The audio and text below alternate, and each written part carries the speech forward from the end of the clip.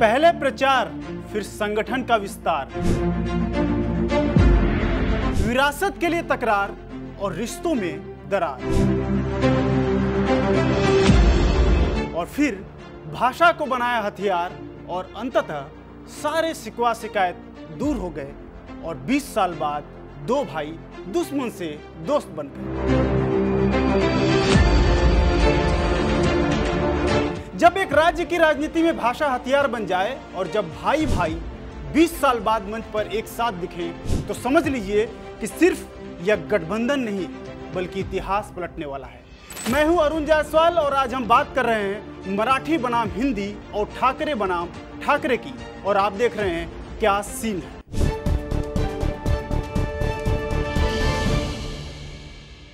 कहा यह जा रहा है कि यह सिर्फ एक चुनावी जुगलबंदी नहीं है, यह एक राज्य की पहचान, अस्मिता और अस्तित्व की लड़ाई है।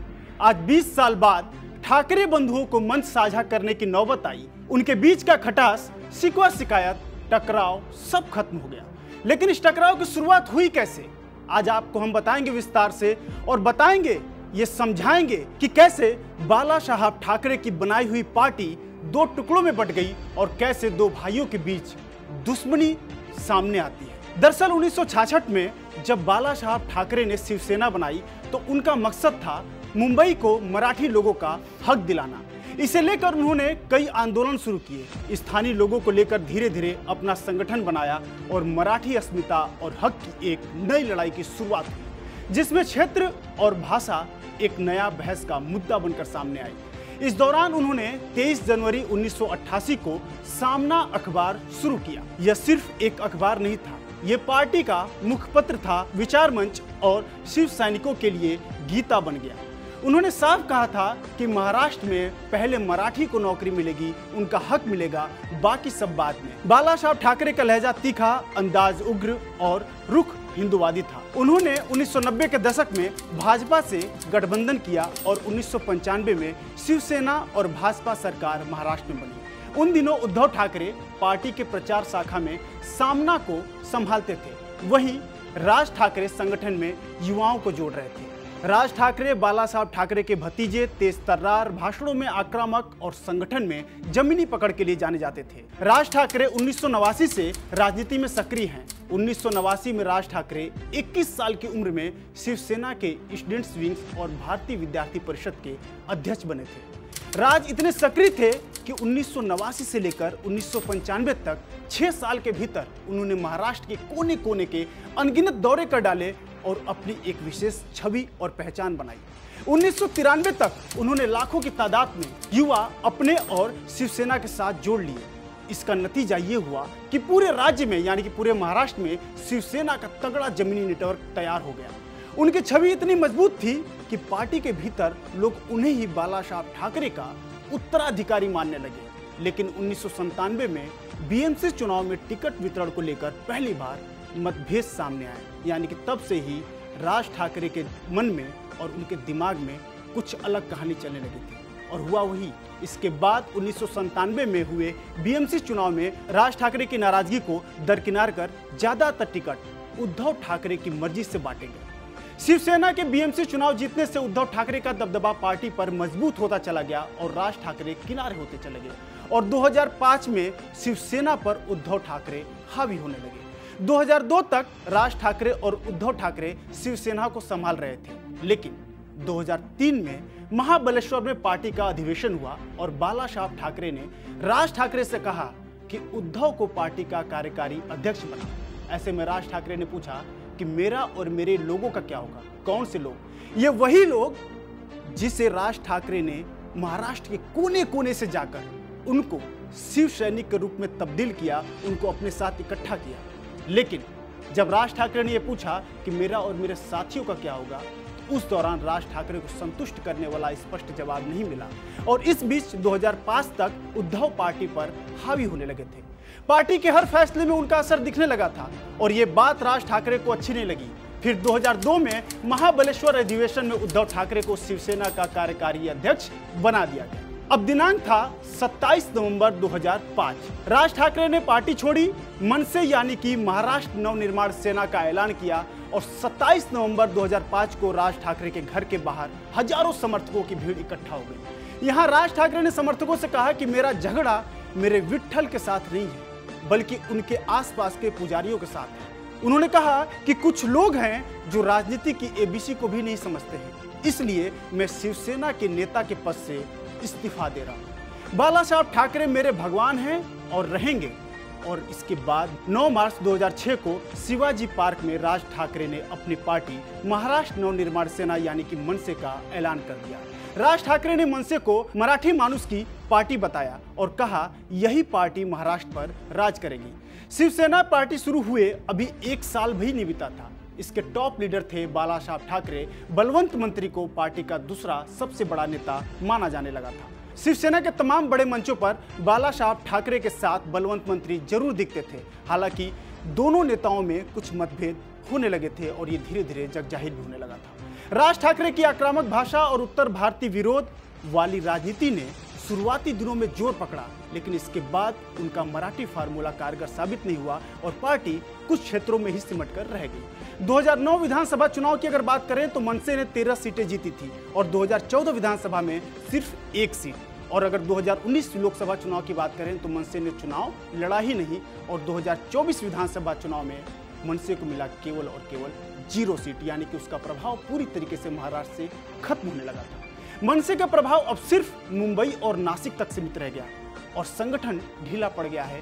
फंडिंग की भारी कमी है और कार्यकर्ताओं का मनोबल बिल्कुल कमजोर है। इस बीच 2019 में शिवसेना ने बीजेपी से रिश्ता तोड़कर कांग्रेस एनसीपी के साथ महाविकास अघाड़ी यानी कि एमवीए बनाई और उद्धव ठाकरे बने मुख्यमंत्री। लेकिन 2022 में एकनाथ शिंदे के विद्रोह ने उद्धव की सरकार गिरा दी। एकनाथ शिंदे आपको बता दें कि शिवसेना के बहुत बड़े नेता माने जाते हैं और साथ ही साथ वो बाला साहब ठाकरे के बहुत करीबी भी थे और उन्होंने पार्टी का नाम और चुनाव चिन्ह भी छीन लिया। यानी कि कुछ ऐसा कह सकते हैं कि उद्धव ठाकरे को शिवसेना का जो मूल नाम था और साथ ही साथ पार्टी का चिन्ह था उसे गंवाना पड़ा। जब एकनाथ शिंदे पार्टी से अलग हुए तब 2 शिवसेना हो चुकी थी। यह मामला कोर्ट तक गया था और तब 2 शिवसेना बनी, एक शिवसेना जो शिंदे गुट की और एक शिवसेना जो उद्धव बाला साहब ठाकरे गुट की। और अब जब 2024 में लोकसभा चुनाव हुआ तो उसमें शिवसेना जो उद्धव बाला साहब ठाकरे गुट की थी उसने 9 सीट जीतकर वापसी की। ये वापसी उद्धव ठाकरे की भी कही जा सकती थी, लेकिन 2025 विधानसभा चुनाव में पार्टी सिर्फ 20 सीटों पर सिमट गई। वहीं शिंदे गुट की शिवसेना ने 57 सीटें जीत ली और इसके बाद महाराष्ट्र के मुख्यमंत्री बने देवेंद्र फडणवीस यानी कि बीजेपी की सरकार आई। इस बीच मनसे प्रमुख राज ठाकरे और यूबीटी गुट की शिवसेना के अध्यक्ष उद्धव ठाकरे के बीच साल 2025 में एक विवाह समारोह में मुलाकात हुई। ये बहुत लंबे समय बाद मुलाकात थी और इसके बाद दोनों के बीच सियासी सुलह की अटकलें लगाई जाने लगी। इसके बाद उन्होंने कहा था कि महाराष्ट्र और मराठियों के अस्तित्व के आगे उद्धव और उनके झगड़े बहुत छोटे हैं। महाराष्ट्र बहुत बड़ा है, उनके लिए उद्धव के साथ आना और साथ में रहना कोई बहुत मुश्किल काम नहीं है। इसके साथ अब दोनों एक राजनीतिक रैली में साथ नजर आए, मंच साझा करते नजर आए और वो भी कब? लगभग 20 साल बाद। राज ठाकरे ने इस दौरान कहा कि महाराष्ट्र की अस्मिता हमारी आपसी लड़ाई से कहीं बड़ी है। इस बयान के बाद राजनीतिक गलियारों में हलचल तेज हो गई। क्या ठाकरे बंधु अब एक साथ आएंगे?